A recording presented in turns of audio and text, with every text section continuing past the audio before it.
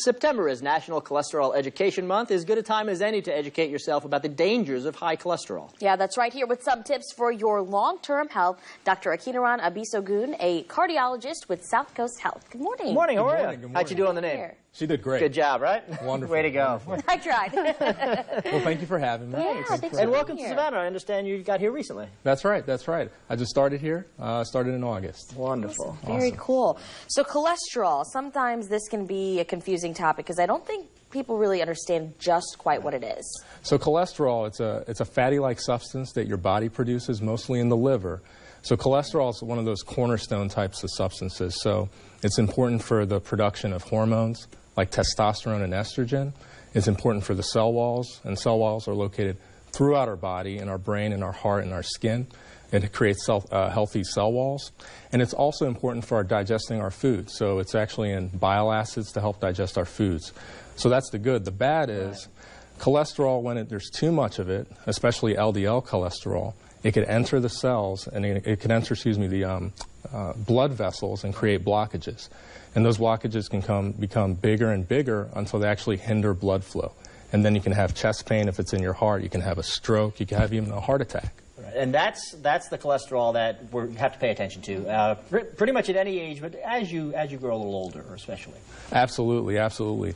So I'm a cardiologist, so I follow the American Heart Association and their guidelines. And you know what they actually recommend is when you're 20 years old, regardless of what your risk factors are, 20, you get an initial screening test with a lipid panel.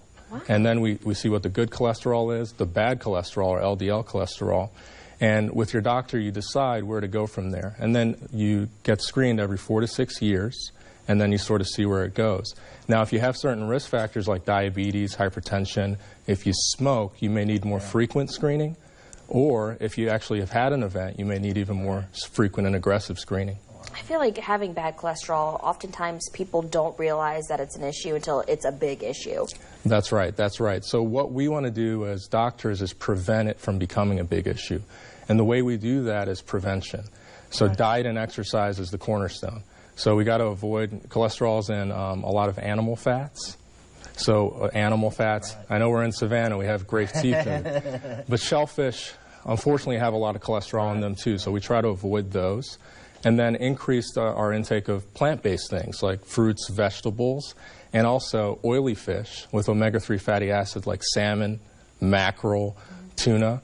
Those fish, they have good cholesterol, and not all cholesterol is bad, so eating those types of fish can actually improve your good cholesterol. Are there symptoms that people can pay attention to know that it might be becoming a problem with high cholesterol? So that's the tricky thing about cholesterol. You don't know that your cholesterol is high until it's a problem, okay? So you don't feel that you have high cholesterol because it's just this little molecule that floats around. But the screening is important. So if you find that your cholesterol is high, it's important to work together with your doctor and sort of collaborate and figure out a plan to get it down. And different people have, there's different recommendations. So if your bad cholesterol is very high, like your LDL is 190, then you may need a cholesterol-lowering medication. Or if you have diabetes, that's another risk factor, you may need a cholesterol-lowering medication.